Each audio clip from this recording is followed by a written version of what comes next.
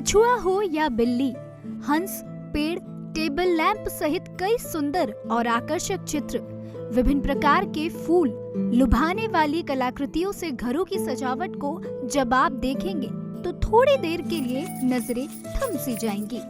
आपको ये जानकर हैरानी होगी कि ये सभी सुंदर चीजें लाउ तुम्बा से तैयार की गई है। जी हाँ, सफेद सूखी लौकी, जो कि दक्षिणी ओडिशा के जिलों में रहने वाले आदिवासी लोगों के दैनिक उपयोग की सामान्य सामग्री भर है।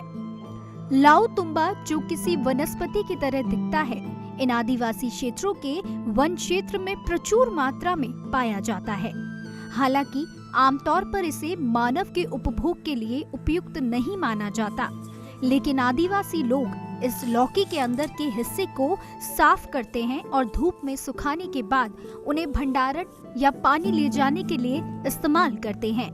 वे इसका उपयोग कीड़ों से बचाने के लिए बीज भंडारण के लिए भी करते हैं। इतना ही नहीं, इससे संगीत वाद्य यंत्र भी बनाए जाते हैं। हालांकि समय बीतने के साथ ही लाउ तुम्बा ने अपनी पहचान खो दी है और लगभग गायब सा हो गया है। लेकिन रायगढ़ शहर के एक मशहूर कलाकार हिमांशु शेखर पांड्या ने अपने ब्रश और रंगों के साथ उन जीवंत आकृतियों को चित्रित करके विभिन्न आकारों में सुंदर कलाकृतियां बनाकर इन बेकार लाउ तुम्बा को एक नई पहचान दी है। वे खुद इन उत्पादों को बेचकर अच्छी कमाई भी कर रहे हैं। उन्होंने आदिवासियों की युवा पीढ़ी को इस कला में प्रशिक्षित किया और उन्हें आत्मनिर्भर बनने का रास्ता दिखाया है। प्रशिक्षण पाने वाले कलाकार बहुत खुश हैं क्योंकि वे अब अच्छी रकम कमा रहे हैं।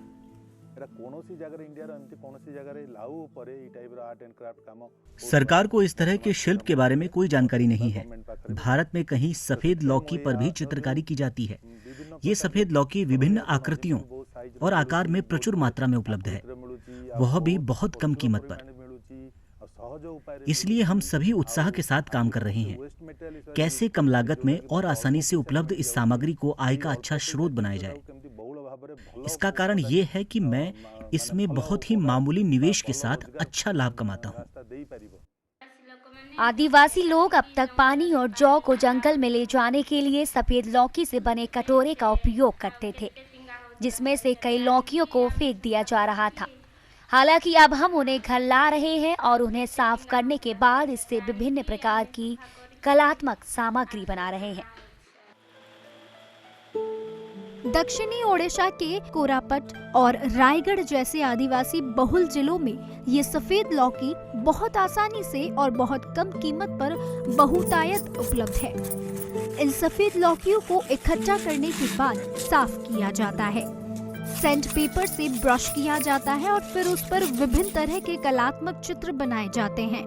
बाद में उन्हें आकार और डिजाइन में काटा जाता है और विभिन्न रंगों के साथ चित्रित किया जाता है। लाउ तुम्बा से बनी कलाकृतियां कई वर्षों तक जीवंत और ताजा बनी रहती हैं। यही कारण है कि उनकी मांग हर गुजरते दिन के साथ बढ़ रही है।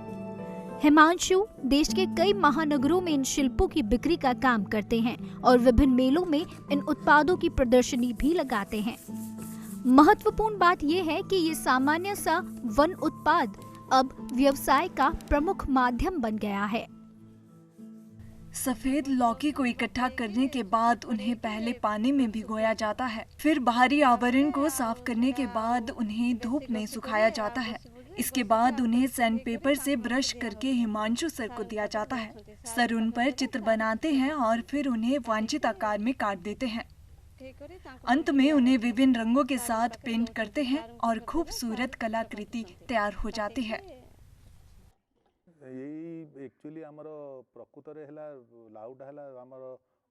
लाउ या सफेद लौकी की खेती भारतीय किसानों द्वारा की जाती है, लेकिन इस उत्पाद ने जापान और ऑस्ट्रेलिया जैसे देशों में बहुत सारे विकास और विस्तार किए हैं। आने वाले दिनों में इसके विकास की कोई सीमा नहीं।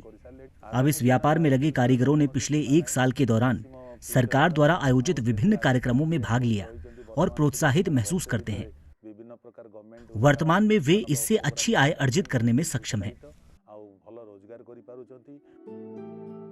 यदि लाउतुम्बा शिल्प जो रहने वाले कमरे को सुशोभित करने के लिए उपयोग किया जाए और इसको प्रोत्साहन व संरक्षण मिले तो ये अंतर्राष्ट्रीय स्तर पर बहुत प्रसिद्ध हो सकता है।